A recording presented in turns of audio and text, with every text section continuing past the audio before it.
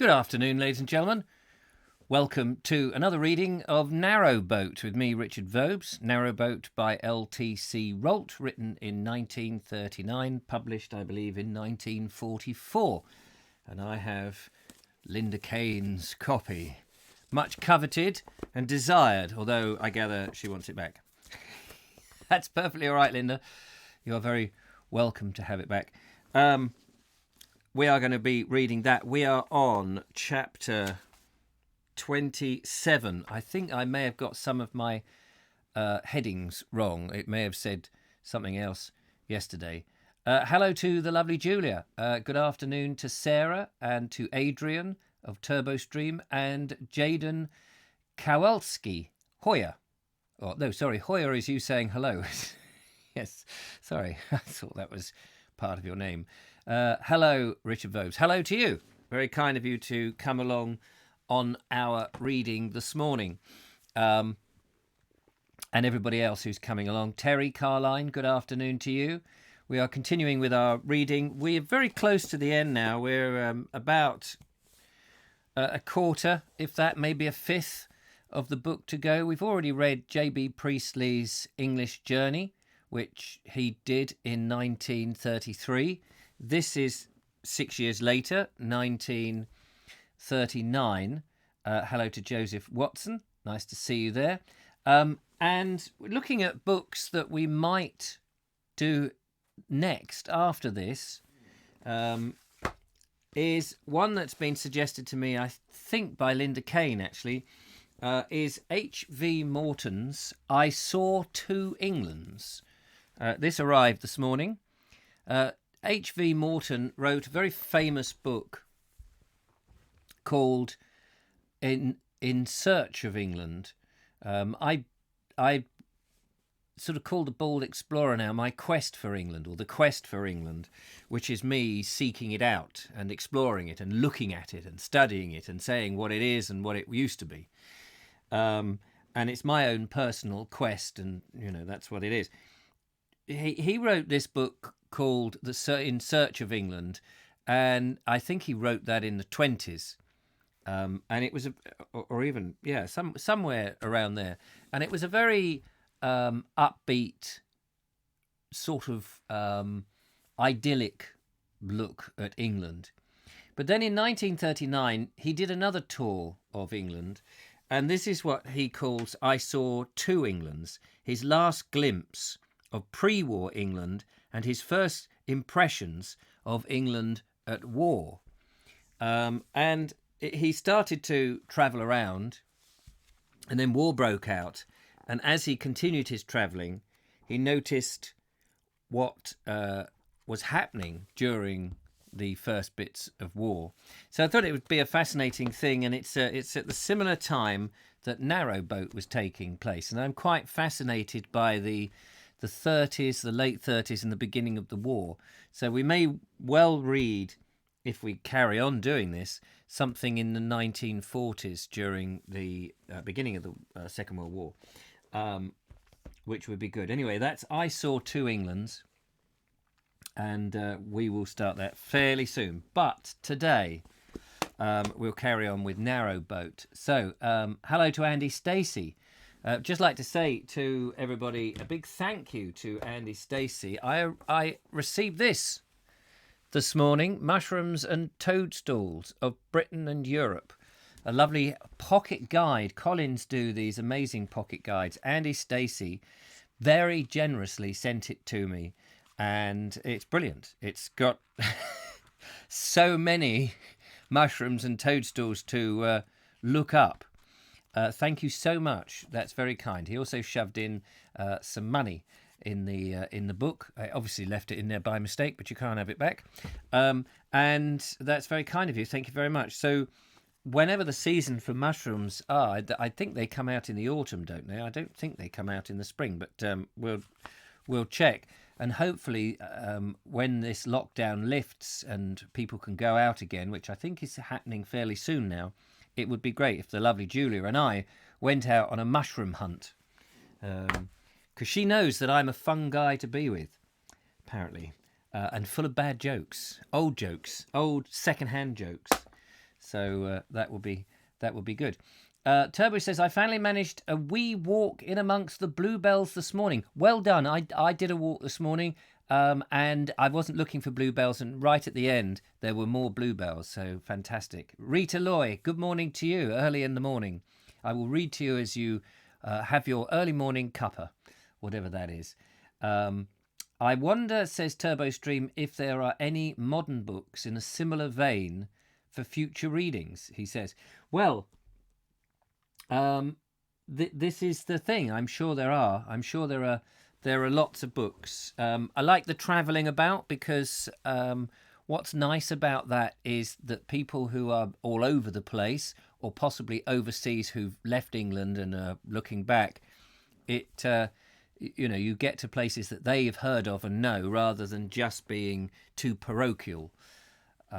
So, yeah, absolutely. Hello to Rufus. Nice to see you. You could try J.B. Morton if you want to laugh, says Mike Stevens. Who's J.B. Morton? I don't know who J.B. Morton is. And Jaden says, a little bit of a random question, but do you have any CRT televisions? As in what, cathode ray tube televisions? No. I'm afraid those went to the dump many years ago. It's all flat screen here. All flat screen. Curious to know why you ask such a question. If I had them in here and, was using them as monitors, it would look like we were in Space 1999 or some such old program. Rita Loy says, Richard, a good joke when you steal one. Absolutely. only take the best. J.B. Morton was known as Beachcomber. You might know him. Oh, okay. I don't, but you might need to give me a bit more information. Beachcomber. Is he the beachcomber? I don't know if you're referring to a famous individual who was in the news many years ago, commenting in newspapers that was that who you're talking about? Wasn't there a guy who was a cervic who would put out very critical observations and would be known as something like Beachcomber? Maybe I'm thinking way off, but that's what comes into mind. Rufus says, I'm overseas looking back, used to live in Thanet. It's interesting you say that. I do want to go round Thanet. Interesting place, Margate, Sandwich, all round there.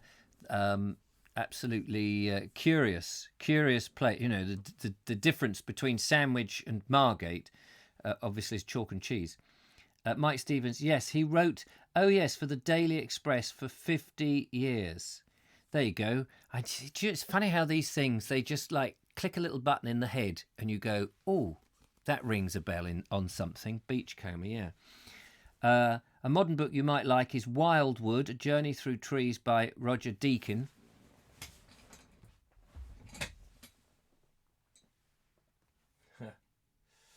I've got it. I have got it. I thought it was here. It's in the other room, I'm sure.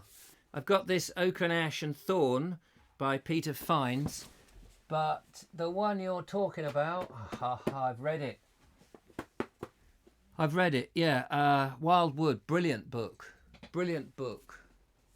Just looking up. Yeah, no, that's a very good book. That's a shame. I thought I could just whip it into my hand. It's in the other room, I'm sure. Or it's up there somewhere. But yeah, I know I've read that. That Roger Deakin, he's the guy who did the swimming, isn't he? He liked to do wild swimming. I must get his book. I think he did write a book about wild swimming. He wrote so beautifully but died young, unfortunately. Yeah, so there we go. We see you have trousers on today. Is that what you saw? Shorts, my friend. Shorts. Bit of leg for you there. Now, don't get too excited.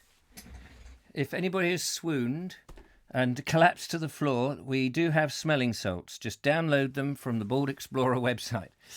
Come walk with me. Howdy. Howdy, stranger. Right, let's crack on with our reading. We can't sit here gallivanting all day long in our shorts. I'm sure we can, but we really mustn't. I'm just trying to find where we were. We did Nantwich yesterday, if you remember.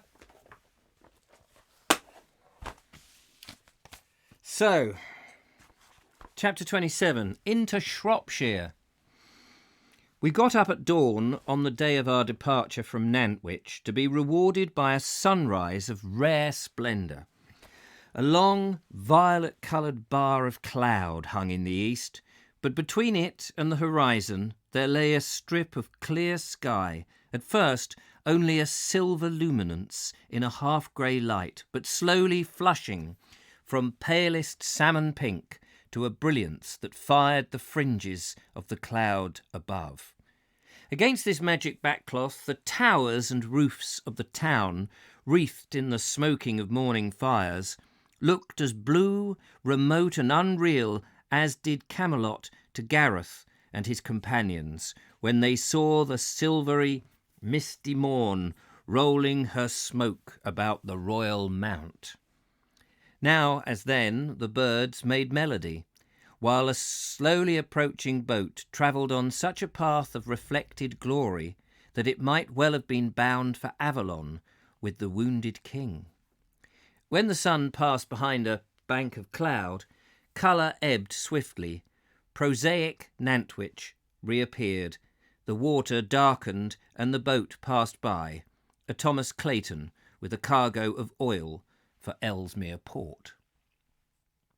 Construction of the Birmingham and Liverpool Junction Canal was not commenced until 1826, and so far as I know, it was the last important waterway, excluding ship canals, to be built in this country. Its inception was entirely due to the success of George Stephenson's Liverpool and Manchester Railway, for the canal proprietors, alarmed by the threat of their new competitor, desired a quicker and easier route between the two great industrial areas. For this reason, it is unequalled by any other waterway in the magnitude of its earthworks and the directness of its course.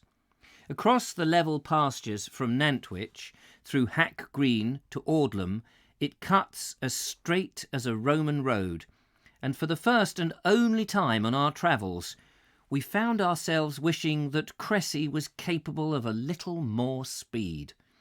The old winding waterways fully gratified that chief joy of travel, the expectation of what may lie behind the next corner. But here, when our attention was focused on a bridge, perhaps a mile distant, this element was entirely lacking, and our progress seemed intolerably slow. By nightfall, we reached the end of this monotonous stretch, crossing the Weaver by Hanklow Mill and mooring below Audlem flight of 15 locks, by which the canal leaves the plain. Having worked over 150 locks by this time, lockage had become a matter of easy routine, and we made short work of the Audlem flight next morning, although they were all against us. Angela went ahead on her bicycle to set them, closing the top gates and drawing the bottom paddles, so that when they were empty, Cressy could just push the lower gates open for herself. When I had filled the locks, she could open the top gates also, an advantage when working a boat with so small a crew, which cannot be enjoyed when locking downhill, as the gates then open against the direction of travel. Halfway up the locks, we paused at Audlem, a sleepy group of old houses, inns and shops clustering about a church perched up on a mound. An agricultural town, so small that it could equally be described as a large village. We found the much restored interior of the church disappointing, bought some chorley cakes and some homemade treacle toffee at the baker's, and continued on our way. I've been to Aldlam, and filmed at Aldlam along those locks, and in fact, they were taking out one of the oak lock gates when I was filming there, and in my documentary. It's an interesting place. At the summit of the flight, we crossed the border of Shropshire and found the rolling wooded country between this point and the next 5 locks at Adderley a welcome change after the monotony of the Cheshire levels. By this time, the westerly breeze had freshened considerably, and a rack of swift-chasing clouds was sweeping out like smoke out of Wales.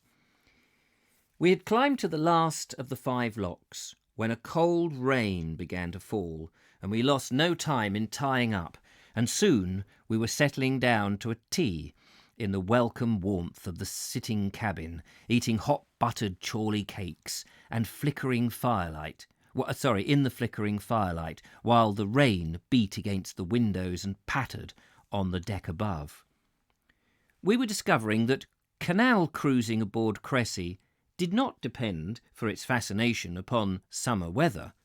Bare branches dark against the winter sky, and a flight of rooks beating homeward, wind-tossed like charred scrapes of paper, the rich bloom of new ploughland, great honey-coloured ricks, newly thatched, and the stillness of the sky reflecting the pools. Such pictures can convey such pictures can convey but little of rewards as great as any summer had brought us. It was a new and unfailing delight, after standing hours at the tiller in the keen air, rich with the scents of late autumn, to moor in some lonely place, close the hatches and retreat to the sitting cabin, an island of warmth and comfort in the gathering dark, where familiar objects, the many coloured bindings of beloved books, the gleaming copper kettle and the outspread tea things, awoke to new and gracious life in the lamplight. To lie in bed of a night, or in the drowsy warmth of a hot bath, and listen to the wind rushing overhead, was to be reminded of Francis Cornford's poem, The Country Bedroom. My room's a square and candle-lighted boat, in the surrounding depths of night afloat. My windows are the portholes, and the seas the sound of rain in the dark apple trees. Sorry, it's such an itchy nose. When the curtains were drawn, it was hard often to believe that our room was really a square and candle-lighted boat. A candle-lighted boat, even. Those windows looked out each night upon the dark strangeness. And they looked out upon a strange darkness. I keep reversing the words around. We had almost decided to remain overnight at Adderley when a boat passed by. After the usual exchange of greetings, "Why don't you go down to Drayton Wharf?" her captain suggested. "It's only 3 miles, and it's market day tomorrow." Though the wind was still blowing, the rain had ceased, and there were patches of clear evening sky between the flying clouds, so we took his advice and moved on through the stormy half-night to Betton Moss. The name of Betton seemed vaguely familiar, but it was not until we reached Betton Wood, where the trees, pressing close, made a darkness about us, and the water was unruffled by the wind which tossed their branches, that I recalled the association in the line, "Than that which walks the Betton woods knows why it walks or why it cries." Connoisseurs of the ghost story will doubtless have read A Neighbour's Landmark by the immortal M.R. James, and so remember Betton Wood, where walked the shrieking ghost, having no language but a cry. It mattered little to me that the wood in the story was grubbed up owing to its evil reputation, whereas this one was very much alive, for any winter wood on a windy dusk is a haunted place. When we came into the open again, it was to catch the full force of the wind of our long cabin side, and our last mile that night was fraught with difficulty. However, by opening up the engine and driving along crabwise with the bow held well into the wind, we had only one encounter with the mud. Even so, it was almost pitch dark by the time we drew up alongside Victoria Wharf at Market Drayton. Nor could we have gone further had we wished to, for the wind rose rapidly to gale force, and all night long great gusts and driving squalls rocked the boat.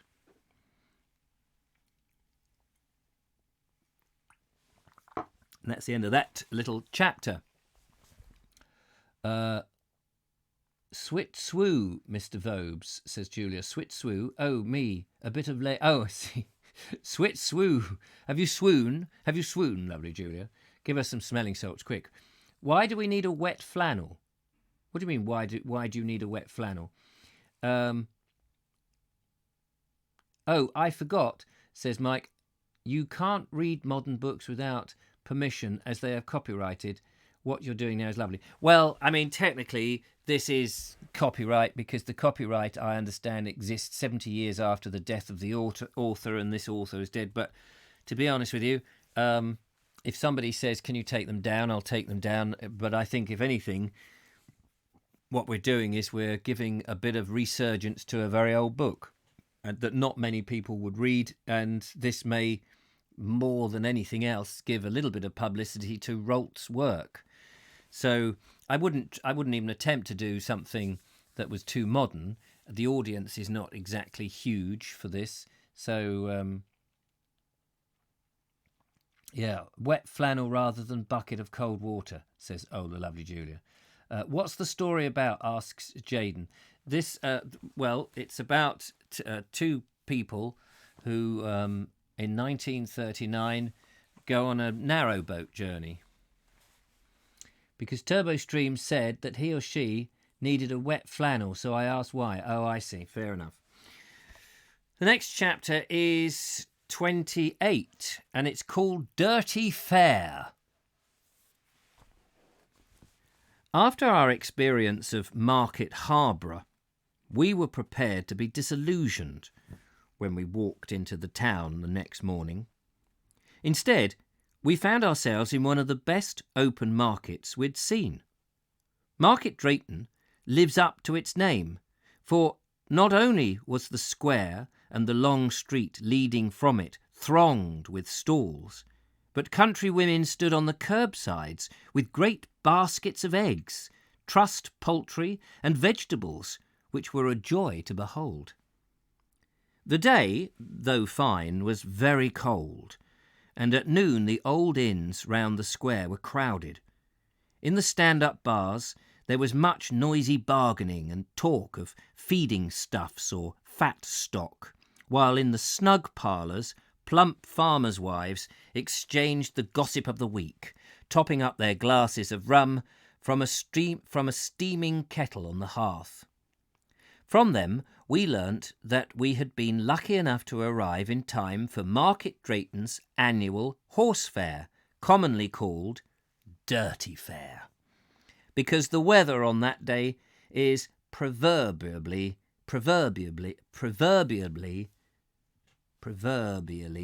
wet. It's one of those words I was proverbially wet. Determined not to miss such an event, we therefore delayed our departure. The weather on Fair Day certainly lived up to tradition, but because it was obviously accepted as a time-honoured matter of course, everyone had become prepared for the worst, and the pouring rain made not a jot of difference. The open pens and covered sheds of the big cattle market were packed with horseflesh of every shape and size and condition, from ponies and fluffy foals to lumbering cart horses, while the men who moved among them critically examined teeth, or passing a knowledgeable hand over hocks or shoulders, were of even greater interest. cloth-gaitered, bowler-hatted yeoman farmers, whose faces were suffused by the cold rain to a fine mesh of ruddy veins, rubbed shoulders with dark pale-skinned men from the Welsh mountains, whose soft lilting speech mingled with the broader tones of the Shropshire dialect.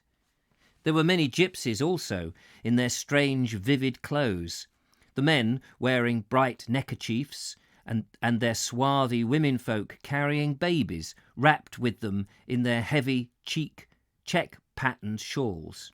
No doubt many of them came from Wixall Moss on the Marches near Whitchurch. Made a video about that. A desolate tract of heath and bogland, which has always been a favourite haunt of the people of Little Egypt. The farm labourers and carters were there too, clumping to and fro in their heavy, clay-caked boots with slow, tireless gait, their legs protected from the wet by improvised puttees made from coils of sacking tied with binder twine.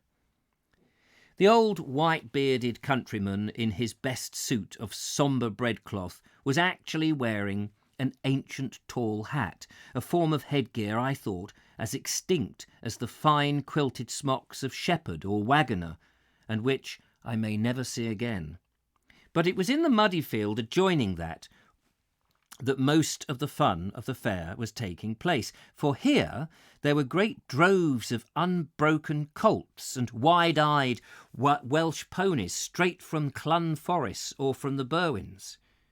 The scene was one of incessant movement and commotion, for one or other of the steaming, closely packed herds was forever stampeding, sending the crowd scattering for safety like a receding wave, while drovers, brandishing long whips, ran shouting and gesticulating hither and thither, trying to sort out their respective charges from a plunging, kicking and snorting melee. We caught sight of a hard-bitten representative of the local county, threading her way through the motley throng, obviously in search of a mount for the small daughter who trailed in her wake. The Welshman in charge of one of the groups of ponies saw her also and claimed her swiftly before his rivals could get a look in. Thrusting his face within inches of her ear, to her manifest discomfort, he proceeded to beguile her with I know not what plausible confidences, while his assistant seized a halter and plunged among the ponies to emerge miraculously triumphant after a short chaotic struggle with his reluctant choice, shouting, "Here you are, my lady! Real Llan March Welsh!" I'm sure I've ruined that.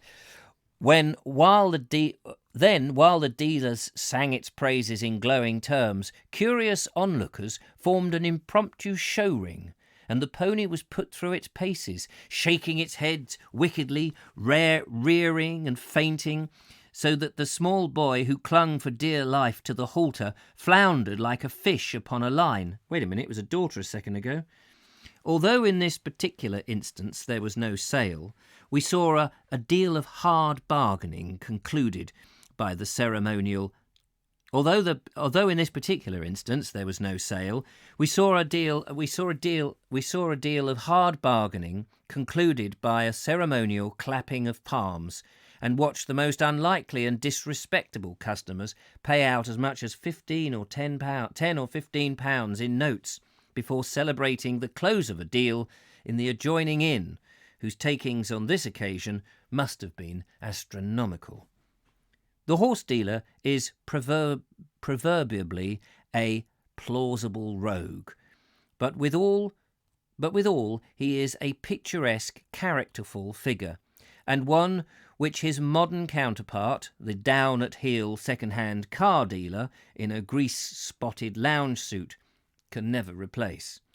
Therefore, as we walked back through the rain to the canal, we counted ourselves fortunate indeed to have shared a scene which rightly belonged to the older England of Lavengro or Romany Rye, when the motor car is finally routed the last of these country festivals, when the last gypsy caravan has gone from the camping place and the Welshmen no longer drive their ponies across the border, we shall still remember Dirty Fair.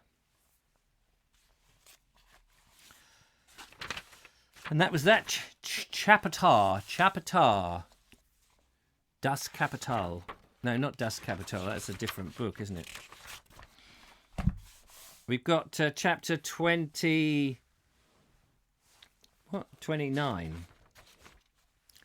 How are we doing? Good afternoon, Les. Good afternoon to you, Les. Nice to see you. J.W. Harville, late as usual. Jeff Kellison, me too. Come walk with me. You're never late. You're always on time for when you are needed. Bless. Not quite sure what that means, but it's always good to know. My coffee is cold. How many pages is this? Not too long. Shall we give a stab at this one? Hope you're enjoying this, by the way. This is Cheswardine Wharf. Cheswardine Wharf. Having conveniently replenished our coal bunkers at Victoria Wharf, we left Market Drayton at noon on a perfect day, crossing the valley of the Tern on a lofty embankment fringed with pine trees. Between those boles we caught glimpses of the wooded slopes and sunlit levels through which the little river wound. On regaining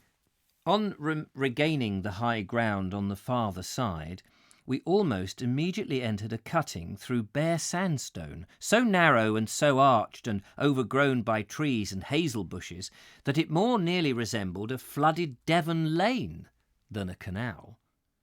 This brought us to the Tirely Flight of 5 Locks, the last for many miles to come, and when we had reached the summit, we moored for tea beside a scented pinewood. The evening air was so mild that we sat on the foredeck, enjoying the last of the lowering sunlight. This was our last open meal of the year. Determined to make the most of this fine, still weather, we travelled onward and soon entered a second cutting of far greater magnitude than that below the docks. Over a mile long, and from 50 to 60 feet deep, it carved a way through the same central ridge which the Trent and Mersey Canal pierces at Harecastle. Though doubtless less costly to construct than a tunnel, it was obvious from the way in which the crumbling rock had in many places slipped down almost precipitous sides onto the towing path or into the water, that it was a constant source of trouble and expense to the canal maintenance department. To journey through it as we did in the subdued half-life of dusk brought a strange sense of remoteness and unreality. The narrow ribbon of still water ahead and our slowly gliding boat seemed more than ever to be the stuff of dreams, shut away from the world of men, an illusion before closed eyes from which we must soon awake. The trees, which interlaced their branches high overhead to cover the water with perpetual shadow, leant crazily one upon the other from their crumbling root holds on the slopes. Like a tropical jungle, their branches trailed heavy curtains of creepers, dark ground ivy, and silvery old man's beard. Even the familiar canal bridges had here assumed strange, fanciful proportions, their arches airlessly heightened in their leap from lip to lip of the gorge. When we eventually emerged into the open once more, it was almost dark, but by the light of a faint emerald afterglow, we could just distinguish a slope of common land clothed with russet bracken, and the trunks of birches, a faint silver luminance growing down to the water's edge. It was an ideal mooring place, but alas, the margins were so shallow that we could not bring Cressy near enough to the bank to be clear of passing boats. Moving slowly ahead in quest of deeper waters, we presently saw through the gloom a wharf with a boat moored beside it, but on closer approach found the warehouse in ruins and the boat a rotting hulk lying gunwale awash. The basin, moreover, was so filled with mud that it could scarcely have floated a punt, as a sounding with one of our shafts proved. It was then that we noticed the solitary cottage beside the wharf bore a sign, "The Wharf Inn," it read, by H. Carpenter. Assuming that it had not shared the fate of the warehouse, this was the most secluded canal inn that we had encountered, and we became more than ever determined to moor up somehow, mud or no mud. Feeling certain that there was an inn, there must be a mooring place, and we allowed Cressy to drift slowly through the bridge hole which cut off further view ahead, and there found a Thomas Clayton horseboat already up, her cabin fire smoking bravely in the clear night light. When we had moored and made all secure for the night, I looked up our position on the map. We were at Godstone Common, 1 mile west of the village of Cheswardine, in the densely wooded broken country on the Shropshire-Staffordshire border. Oh, I must go there. That sounds very interesting. After dinner, we walked out into the night starlit. After dinner, we walked out into a night starlit but moonless to make the acquaintance of the Wharf Inn. We found a cheerful fire blazing in the little parlour bar, where sat the landlord, his wife, and the captain of the horseboat, with a pint glass on the table before him. To come from the darkness of a strange countryside into the warmth and cheer of a simple, friendly house such as this, to take one's place on a rough bench before the fire and be carried easily into the smooth, unhurried flow of country talk, as smoothing as the murmur of bees, while the firelight glows in the brimming glass, this is to appreciate the true worth of the English inn. As no motorist dashing from one roadhouse to another, in the close confinement of his saloon car, can ever do, I found it easy to recapture the feelings of the hard-riding travellers of the past, and there came to my mind the words of an old sign of the Plough at Ford on Cotswold, which so perfectly expresses that older and richer hospitality. Oh yeah, got to read a bit of poetry now, and you know how crap I am at that.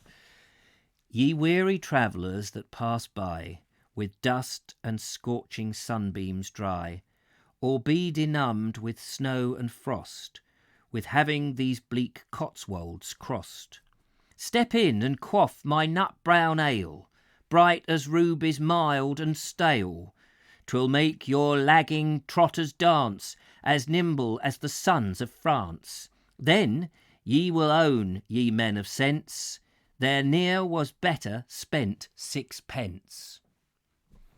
So there we are. Go and that just comes to mind, you know, doesn't it? Just comes to mind. Gunwale, pronounced gunnel. Thanks. Oh yes, gunnel. I'm just reading what's written down on the page. If I mispronounce it, I do apologise. But you're quite right, gunnel. Gunnel. It's only because they can't pronounce how it's written on the page. But I'm sticking to that. This was the old boatman's second stage of his 80-mile journey between Oldbury and Ellesmere Port, which he covered in 3.5 days, a daily mileage which put us to shame and meant travelling from before dawn until well after dark. The previous night he'd spent near Wheaton Ashton.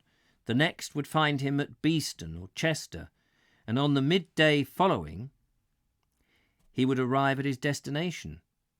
Since his liquid cargo took little time to discharge, he made the round trip in a week.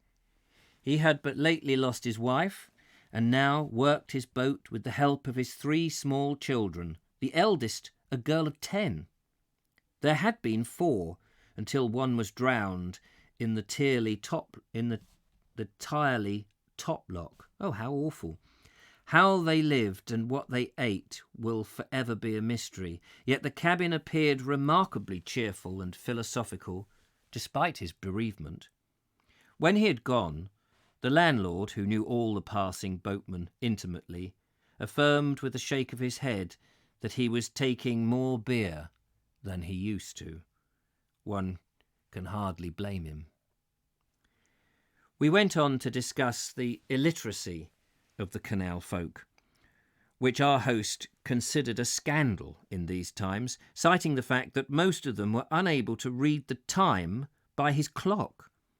He may be right, but my answer was that education has done so far little for the unemployed townsman, except to make his tragic existence more intolerable.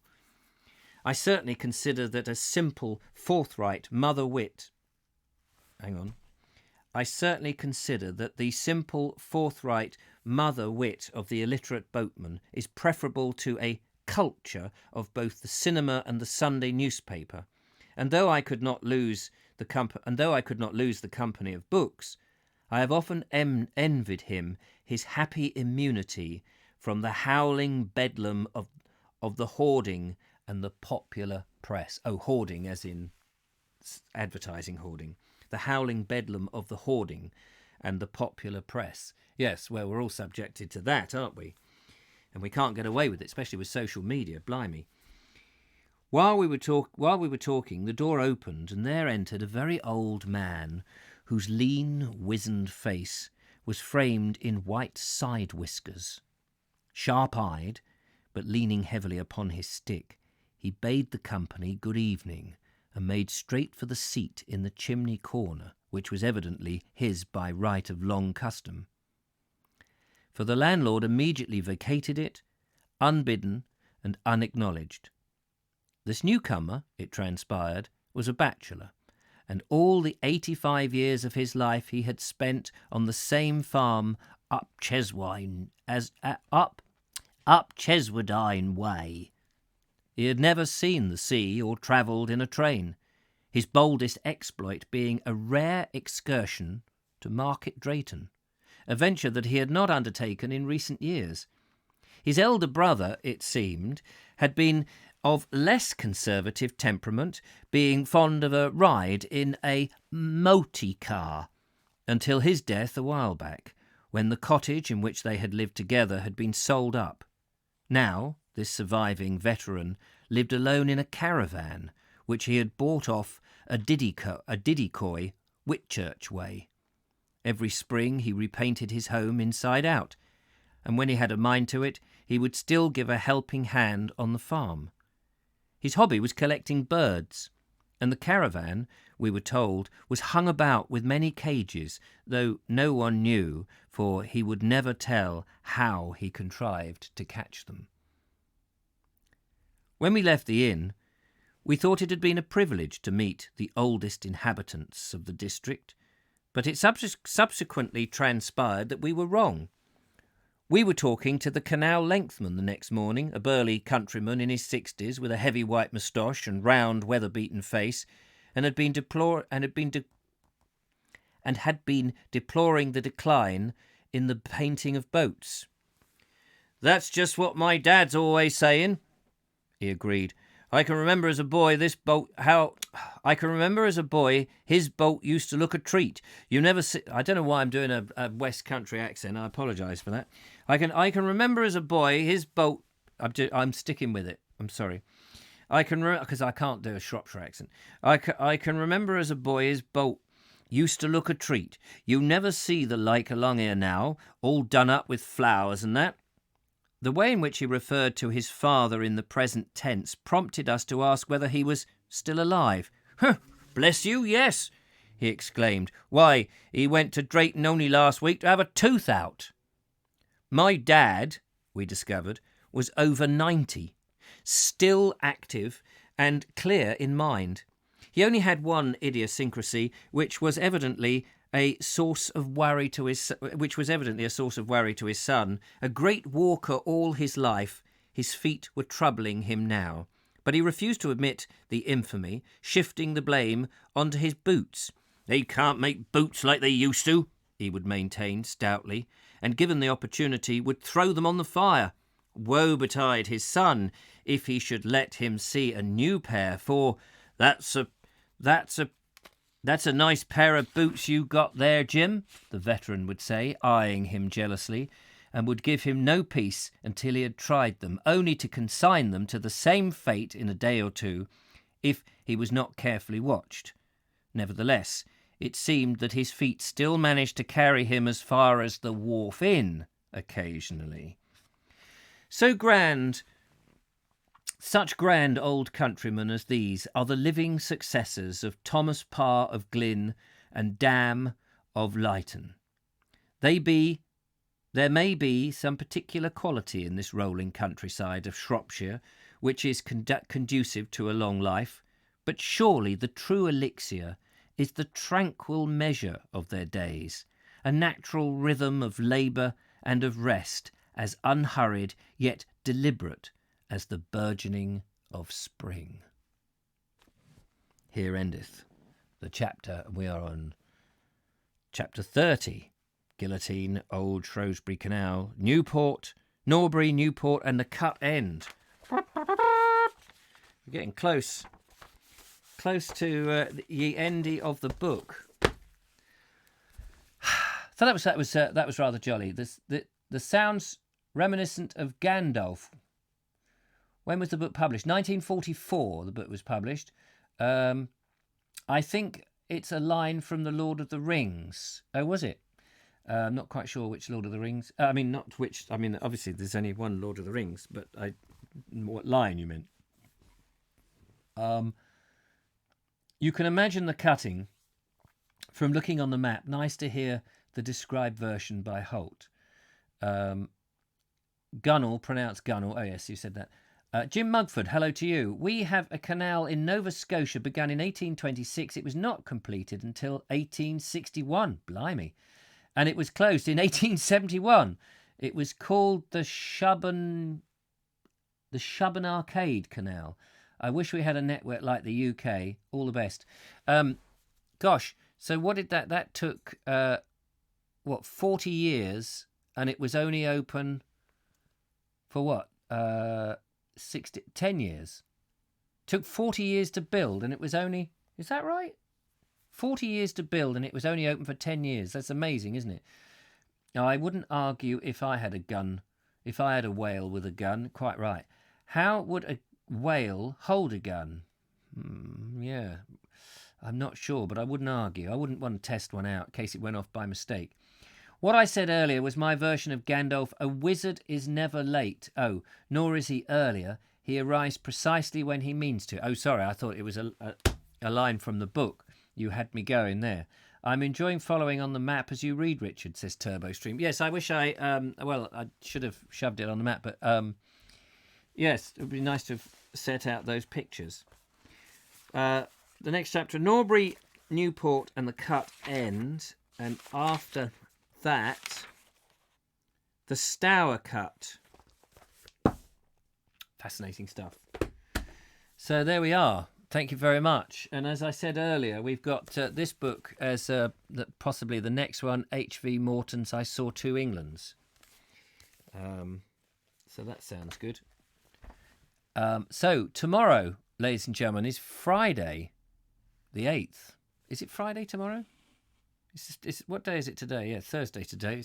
One does lose track of time in this strange world. So we'll do again 2:00 tomorrow. We miss Rami Boo though, don't we? We miss her and her quick fingers, as Julia described it the other day. So that's a shame. But yeah, we'll do that. How many more chapters are left? Hi, Clint. How many more chapters? Okay, I shall tell you. How many chapters in the book? Let's have a look at the...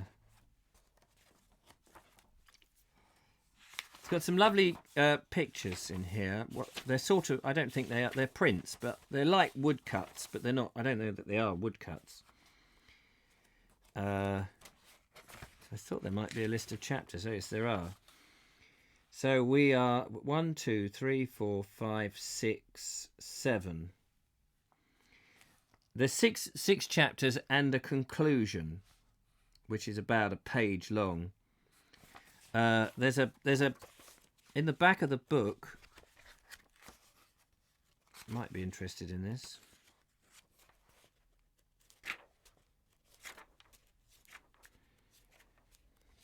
An appendix, conclusion. There's a picture of the... Oh, can't really see it. It's not terribly big. But there... Yeah, you can't see it at all. I don't know if my webcam is working. No, my webcam's not working at the moment. I need to reinstall it. But there's a plan of the boat. It's a 70-foot long boat. Julia and I went on a 52 or 54-foot boat. So it was much longer than our boat. Which is a shame. Trevor's Travels by Narrowboat. I was at the Wharf Inn at Bugbrook on the last day of the pubs. I guess that's the wrong Wharf Inn. This Wharf Inn is on what canal is it on? Is in Shropshire, Cheswardine. Somewhere in Shropshire. Turbo will know. So about 6 chapters left. I love to follow on a map, but I'm a bit busy with admin on Facebook. Trolls everywhere. Must be the full moon. Oh, I'll give you a ring in a minute, Julia. Are they on the Board Explorer and are they trolling me because I've been out walking again? By Narrowboat, yes. Oh, fantastic. It would be interesting to know how many waterways are open compared to then. Yes, and how many have gone. Can't wait to meet up, Richard. Yeah, that would be great. I've been there. I've been here, but quiet. Oh, that's fair enough. Audrey, nice to see you there. Facebook, the work of the modern devil to which I won't be joining, says TurboStream. Well, I have to agree. I don't like Facebook. I'm on Facebook. There's a large audience that follows what I do on Facebook, and people send me nice messages. But as I've mentioned many times, one thing I don't do on Facebook, I mean, I did when I very first joined, and that was accept friends and things. I don't do that now. I try not to accept friends because it's the timeline, the main timeline where people they just put rubbish on there. I mean, obviously not all of it's rubbish, but there'll be just pictures of dinners and stuff. We have our group, which I go in, and that's... you see, I like the old forums. I would love to have kept forums, the old-fashioned forums, easier to search, easier to post, easier to send messages and all of that. Nothing gets lost, whereas Facebook seems to have just mucked it up. But everybody's on there and it's a big audience, so I have to be there. But I only post my videos. That's all I post on Facebook. Is Rami Boo okay? I think it's very early in the morning for Rami Boo, and she does usually suffer with insomnia. So I kind of get the impression that she sleeps in. But we didn't see her yesterday, so slightly concerned. So Rami Boo, if you're watching this after the event, do let us know, because clearly we're worried. And maybe she's looking after her mum. So unless something's happened to her mum, or her mum's got an appointment and they've been out, or they've been at hospital or something, I don't know is the answer. I'll have to send her an email. No idea what day it is. Says, come walk with me, I know. Trev's Travels Narrowboat, bank holiday Monday, I thought. What? Oh, yes, May. It must be May Day, isn't it? May bank holiday. Shropshire Union Canal. Thank you. Oh, yes, of course it is. He did say. Because he went through the Audlem Locks, which is on the Shroppy. Know it well. I'm in Shrewsbury. Are you? Well done, Clint. Are you a Shrewsbury man or a Shrewsbury man, or do you not bloody care? Because some people seem to find that it's the only thing worth living for is if you get the name right. And I've always said Shrewsbury because a very old family who live in Shrewsbury and Shropshire call it Shrewsbury, not Shrew, because it's got nothing to do with the mammal. That's what I was taught. And the BBC apparently, the BBC in Shrewsbury apparently say Shrewsbury. It's not. They're not. Like Lentwardine is not Leominster, and Gunwale is Gunnel, not Gunwale. I'm a cloud salopian. Yes, go for Salop, as they say. I mean, I've been a visitor to, and I've stayed up there. I used to have a girlfriend up there for 10 years, been visitor, and I love it. It's absolutely beautiful. The Shropshire Hills, the Long Mynd, the Lawley, the Wrekin, the Caradoc, the Black Mountains, the Kinnestons caves, all of that, and the villages and the towns and the castles. It's beautiful country, beautiful undiscovered country, and it's great walking country as well. Julia says, Ramiboo missed last night's Vogue show too. Yes. Yep, B page, fake account, I believe, made specifically to troll you, deleted comments and reported the profile. There are more great comments on your vids than bad. Well, that's as long as that's the case. Trolls are in the Lord of the Rings too, trying to be positive here. I get trolls and I only have 740 subs. Must check out your YouTube channel.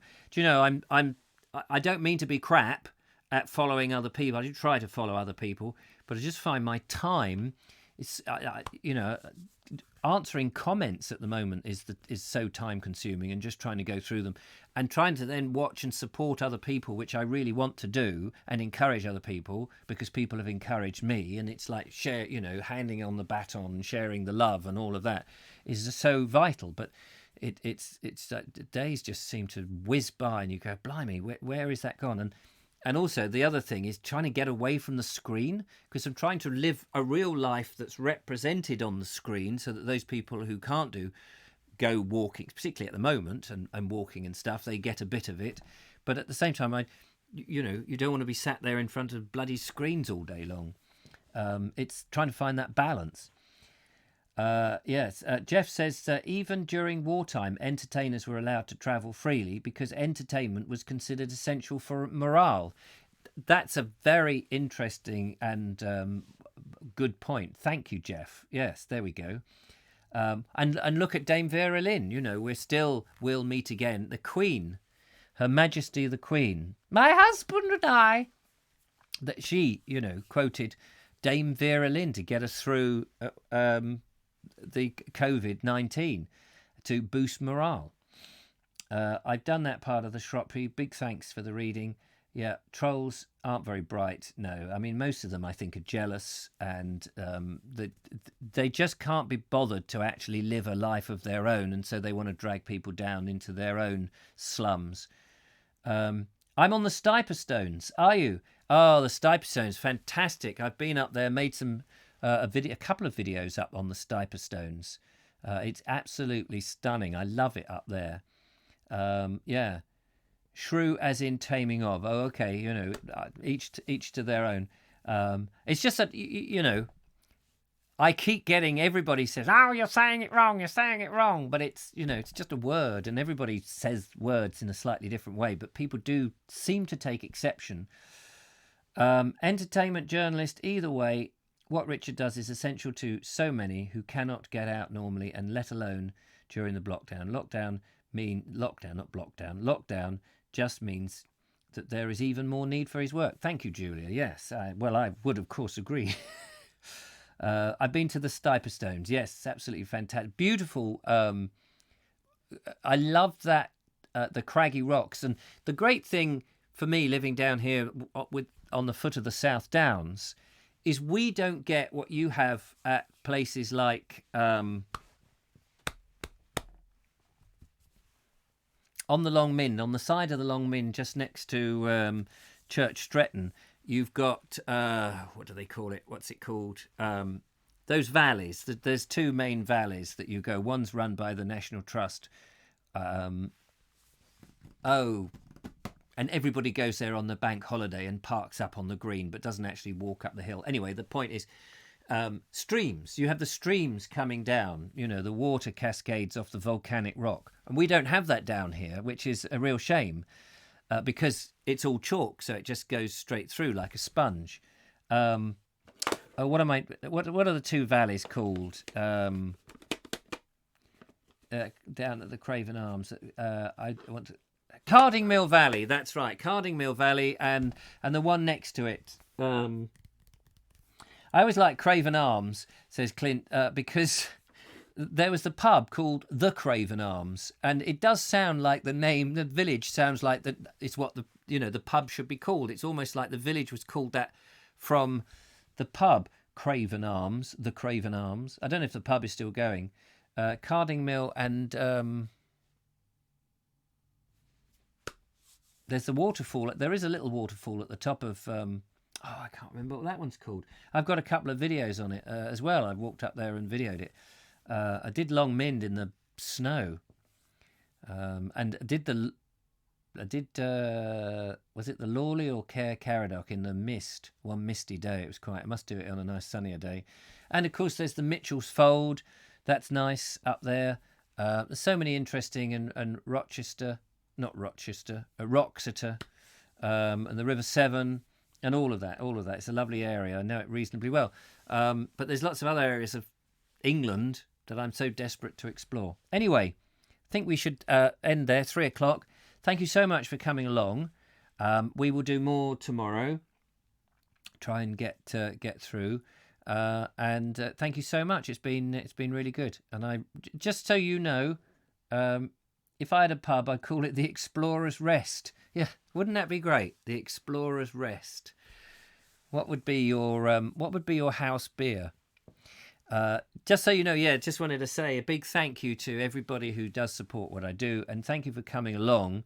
It's really fun, and I enjoy reading to you, and I appreciate all the comments and stuff, and all of that. I couldn't remember the name either. Oh, it's annoying, isn't it? It's annoying me now. Anyway, take care, look after yourself, and enjoy it.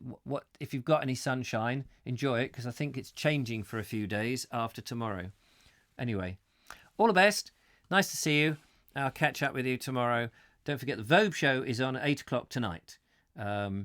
So that's on the Vobe Show YouTube channel. Till then, take care. Bye-bye for now. Bye-bye.